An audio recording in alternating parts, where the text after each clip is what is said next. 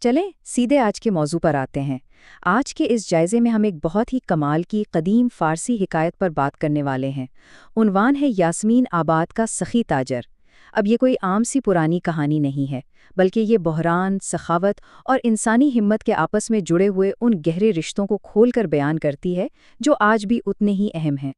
تو اس پوری داستان کا جو سب سے دلچسپ اور بنیادی پہلو ہے نا، وہ یہ سوچ ہے کہ جو مال اللہ کی راہ میں دیا جاتا ہے وہی اصل دولت ہے۔ یہ صرف ایک جملہ نہیں بلکہ پوری کہانی کی بنیاد ہے۔ یہی وہ نقطہ ہے جو مادی اور روحانی دولت کے فرق کو واضح کرتا ہے، اور ہمارے آج کے اس تجزیے کا اصل مرکز بھی یہی رہے گا۔ اب ذرا منظر نامے کو سمجھتے ہیں۔ بات ہو رہی ہے فارس کے ایک دور دراز لیکن انتہائی خوبصورت گاؤں یاسمین آباد کی۔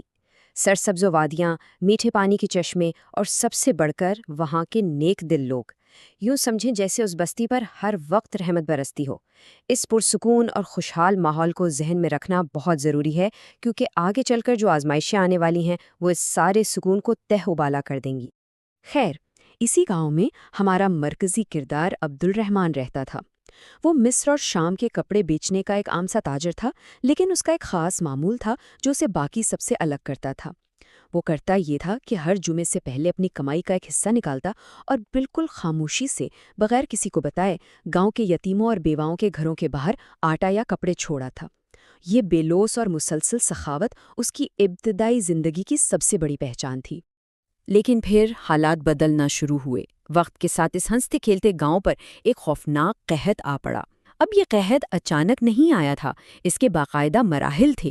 سب سے پہلے بارشیں رک گئیں، پھر آہستہ آہستہ کھیت سوکھنے لگے، اس کے بعد کنویں خشک ہو گئے، اور آخر کار پورا گاؤں مکمل فاقہ کشی کا شکار ہو گیا۔ اس معاشی اور ماحولیاتی تباہی نے عبدالرحمن کے کپڑے کے کاروبار کو بھی بالکل ٹھپ کر دیا، اور ظاہر ہے جب لوگوں کے پاس کھانے کو لقمہ نہ ہو تو کپڑے کون خریدے گا؟ اب اس نازک موڑ پر ہمارے سامنے دو بالکل مختلف سوچیں آتی ہیں۔ ایک طرف عبدالرحمن کی بیوی امارہ کی منطق ہے۔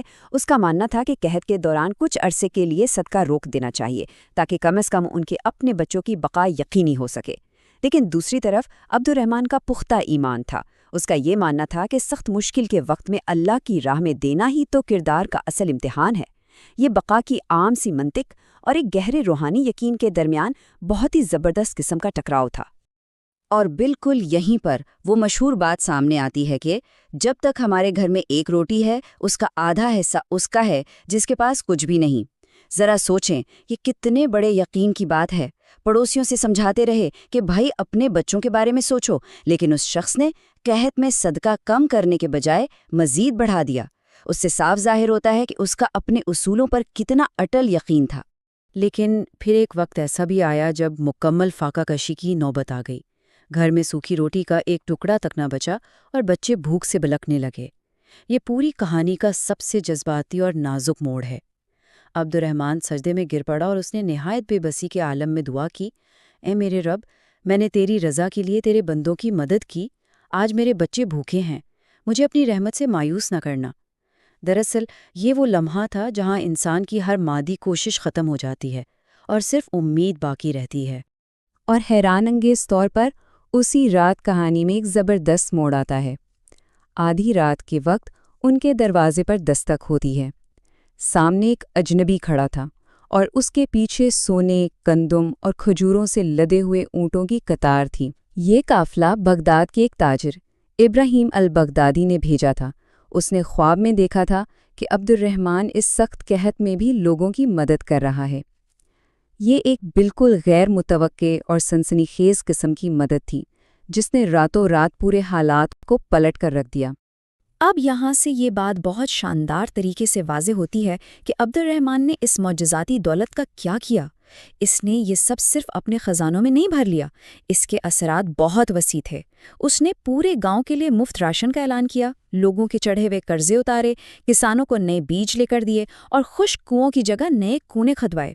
تو یہ صرف ایک خاندان کے بچنے کی نہیں بلکہ پورے یاسمین آباد کے معاشی اور زرعی نظام کے دوبارہ کھڑے ہونے کی داستان ہے۔ اس عمل نے یہ بات ثابت کر دی کہ اصل دولت تو بانٹنے میں ہی ہے۔ مگر جیسا کہ ہم اکثر دیکھتے ہیں، جہاں نیکی ہوتی ہے وہاں حسد بھی آ ہی جاتا ہے۔ یہیں سے قاسم نامی ایک مقامی امیر تاجر کی سازش شروع ہوتی ہے۔ پہلے تو اس کے دل میں عبد الرحمن کی مقبولیت دیکھ کر حسد پیدا ہوا، پھر اس نے بادشاہ کے ایک لالچی درباری کو رشوت دی اور عبد الرحمن پر بغداد سے پیسہ لے کر بغاوت کرنے کا جھوٹا الزام لگا دیا۔ اور نتیجہ کیا نکلا؟ بادشاہ نے غصے میں آ کر عبد الرحمن کی گرفتاری کا حکم دے دیا۔ مطلب ایک ہی لمحے میں اس کا گھر، دکان اور آزادی سب کچھ چھین لیا گیا۔ اب یہاں ایک بہت ہی گہرا سوال ابھرتا ہے، کیا انسان کا غیر متزلزل ایمان اور اس کے اصول اس وقت بھی قائم رہتے ہیں جب اسے ناحق زنجیروں میں جکڑ دیا جائے؟ جب کسی سے اس کا سب کچھ یعنی دولت، گھر اور آزادی تک چھین لی جائے تو کیا اس کا کردار ویسا ہی رہتا ہے؟ بس یہی وہ سوال ہے جو اس کہانی کے اگلے حصے کی بنیاد بنتا ہے۔ اور اس کا جواب ہمیں شہر کے اس تاریک قید خانے میں ملتا ہے۔ اپنا سب کچھ کھو دینے اور ناحق قید کاٹنے کے باوجود عبد الرحمن نے صبر اور عبادت کا دامن بالکل نہیں چھوڑا۔ وہ جیل میں موجود باقی قیدیوں کو بھی امید، صبر اور اللہ کی رحمت کی باتیں سناتا رہتا۔ اس نے اپنے اندر کی روشنی کو اس تاریک ترین جگہ پر بھی بجھنے نہیں دیا، اور سچ پوچھیں تو یہی اس کے کردار کی اصل طاقت تھی۔ اسی قید خانے میں اس کا سامنا داروغہ فیروز سے ہوتا ہے۔ یہاں داروغہ فیروز کی شخصیت کا ایک بہت بڑا تضاد دیکھنے کو ملتا ہے۔ پہلے وہ ایک انتہائی سخت دل، ظالم اور بے رحم انسان تھا جو قیدیوں پر خوب ظلم کرتا تھا، لیکن پھر اس کا اپنا بیٹا ایک ایسی بیماری کا شکار ہو گیا جس کا کوئی علاج ہی نہیں تھا۔ بڑے بڑے حکیم ناکام ہو گئے۔ اس مجبوری نے فیروز کو اندر سے توڑ کر رکھ دیا، اور وہ اس قدر مایوس اور بے بس ہوا کہ اسی قیدی عبد الرحمن کے پاس دعاؤں کی بھیک مانگنے آ گیا، جس پر وہ کبھی سختیاں کیا کرتا تھا۔ اور پھر یہاں کہانی کا ایک انتہائی اہم موڑ آتا ہے۔ عبد الرحمن نے اس ظالم داروغہ کے بیٹے کے لیے بھی پورے خلوص دل سے دعا کی، اور ہوا کیا؟ معجزانہ طور پر اسی رات فیروز کا بیٹا بالکل صحت یاب ہو گیا۔ اس ایک واقعے اور عبد الرحمن کی اس بے لوث دعا نے فیروز کے پتھر جیسے دل کو مکمل طور پر پگھلا دیا۔ اب ذرا چلتے ہیں شاہی دربار کی طرف، جہاں سچائی سامنے آنے کے مراحل کچھ یوں طے پائے کہ جس وقت عبد الرحمن کو سزا دینے کی پوری تیاری ہو چکی تھی، فیروز دوڑتا ہوا دربار پہنچا اور اس نے ساری سازش کا پردہ چاک کر دیا۔ اتفاق سے عین اسی وقت بغداد سے آئے ہوئے کچھ مسافر بھی وہاں موجود تھے، جنہوں نے عبد الرحمن کی نیکی اور پرہیزگاری کی گواہی دے دی۔ ان تمام شواہد نے مل کر سچائی کو سب کے سامنے لا کھڑا کیا، اور بادشاہ کو اپنی اس بھیانک غلطی کا شدت سے احساس ہو گیا۔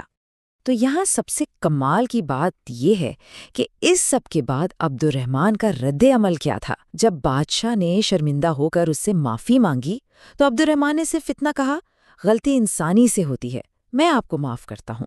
ذرا اس شخص کے ظرف کے بارے میں تو سوچیں۔